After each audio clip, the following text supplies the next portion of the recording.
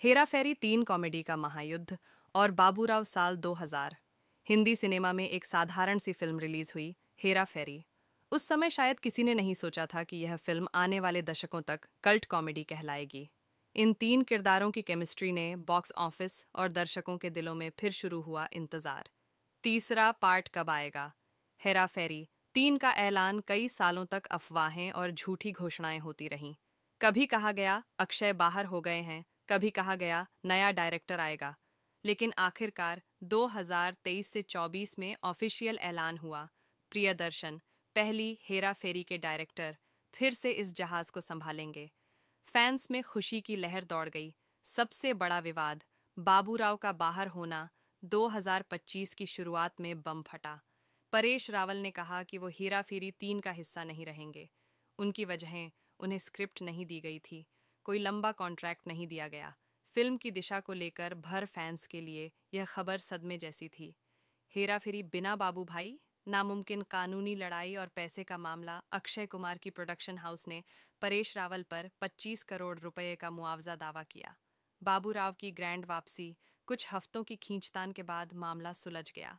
परेश रावल फिर से फिल्म से जुड़ गए। परेश रावल, अब सब ठीक है, कुछ हुआ ही नहीं, सब सुलझ गया। फैंस के चेहरे खिल उठे।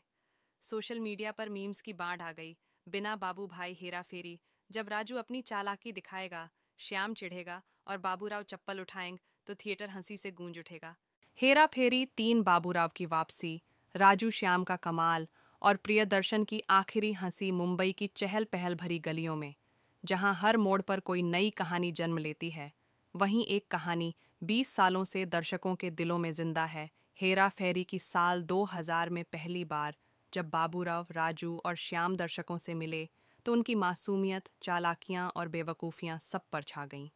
डायलॉग से लेकर एक्सप्रेशन तक सब मीम मटेरियल बन गए। फिर आया 2006 और फिर हेरा फेरी ने इस तिकड़ी को और पॉपुलर बना दिया। लेकिन सन्नाटा। दर्शक बार बार पूछते रहे, अर्रे फिर हेरा फेरी 3 कब आ रही है रे बाबा। कई सालों तक सिर्फ अफवाहें उड़ती रहीं। कभी कहा गया कि अक्षय नहीं करेंगे, कभी सुनील शेट्टी को मनाना पड़ा। आखिरकार प्रियदर्शन ने वापसी की और हेरा फेरी 3 का ऐलान हुआ। लेकिन असली ट्विस्ट तो तब आया जब परेश रावल यानी बाबूराव गणपतराव आप्टे ने अचानक फिल्म छोड़ने का ऐलान कर दिया। उनका कहना था कि स्क्रिप्ट ही नहीं है, कॉन्ट्रैक्ट साफ नहीं है और कहानी पर भरोसा नहीं हो रहा। बाबू भाई का बाहर जाना दर्शकों के लिए वैसा ही था जैसे चाय में शक्कर डालना भूल जाएं बिना बाबूराव। हेरा फेरी नामुमकिन मामला इतना बिगड़ा कि अक्षय कुमार की प्रोडक्शन कंपनी ने उन पर 25 करोड़ का दावा ठोक दिया। परेश रावल ने 11 लाख का साइनिंग अमाउंट लौटाया, ब्याज समेत। हाँ, बिल्कुल बाबूराव स्टाइल में भाई, पैसा है तो टेंशन क्या है। आखिरकार सब सुलझ गया और रावल ने फिर से हाथ मिला लिया। फैंस ने राहत की सांस ली और कहा, अब मज़ा आएगा। शूटिंग दिसंबर 2025 से शुरू होगी।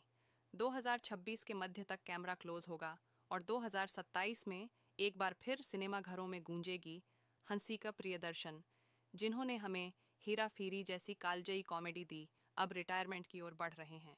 उन्होंने साफ कहा, अब सेम गया हूँ हेरा फेरी 3 के बाद आराम करना है। इसलिए यह फिल्म न सिर्फ दर्शकों के लिए बल्कि निर्देशक के लिए भी।